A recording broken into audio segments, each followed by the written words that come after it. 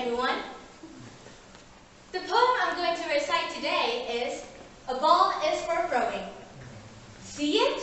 The beautiful ball, poised in the torch of windows, rounder than sun or moon. Is it red? Is it blue? Is it violet? It is everything we desire, and it does not exist at all. Non-existent and beautiful? Quite. In the rounding leap of our hands, in the loading hush of air, we know what that ball could be, how its blues and reds could spin to a hairier violet. Beautiful in the mind, like the word we're waiting to hear. The ball is construed, but lives only in flash of light, from the instant of release to the catch in another's hand.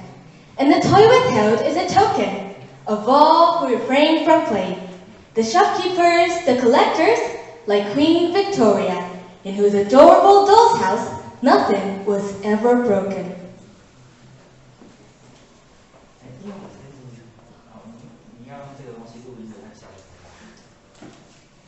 Here's a brief introduction and my own understanding about the poem.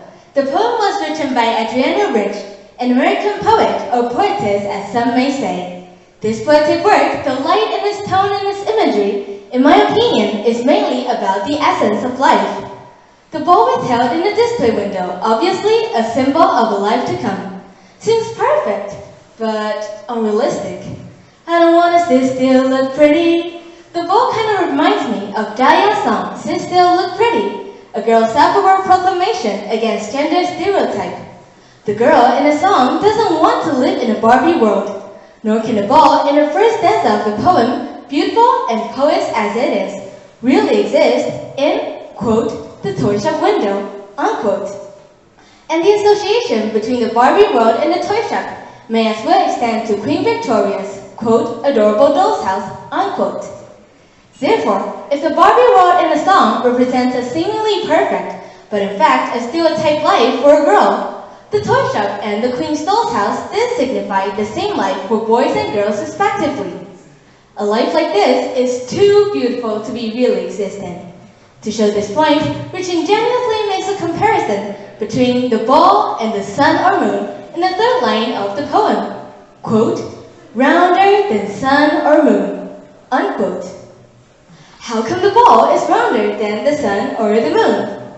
Well, the main reason, I think, is that the ball is put inside the display window, cut away from the world of nature, where everything, even the stars far above, has to succumb to the only immutable law of the world, mutability. The sun will disappear, and the moon will eclipse with only a few strips of cloud passing by, but not the ball.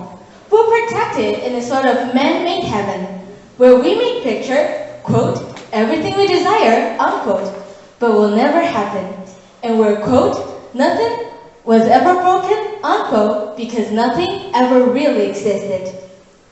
This world of artificial perfectness reminds me yet another piece of work, Homer's Odyssey, in which is an episode of Odysseus being offered by the sea goddess Calypso the thing that most great men desire, immortality, as long as he promises to stay forever on the island of Ogygia with the goddess.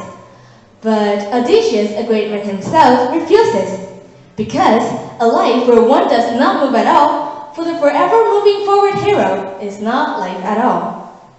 Similarly, a life that is only beautiful when being construed with one colorful imagination after another, for the poet, is not life at all. In order to come to life, the ball has to be thrown about, quote, in the rounding leap of our hands, unquote. Although, from the moment when one throws the ball to the moment when another catches it and treasures it as, quote, flash of light. Yes, in terms of time, our individual life can only be realized in a blink of an eye. But life, as it is, always continues, as long as the ball is beautiful enough to attract people to play it. Thank you. And the conclusion is, don't be afraid to throw the ball and live in the present. Thank you, guys.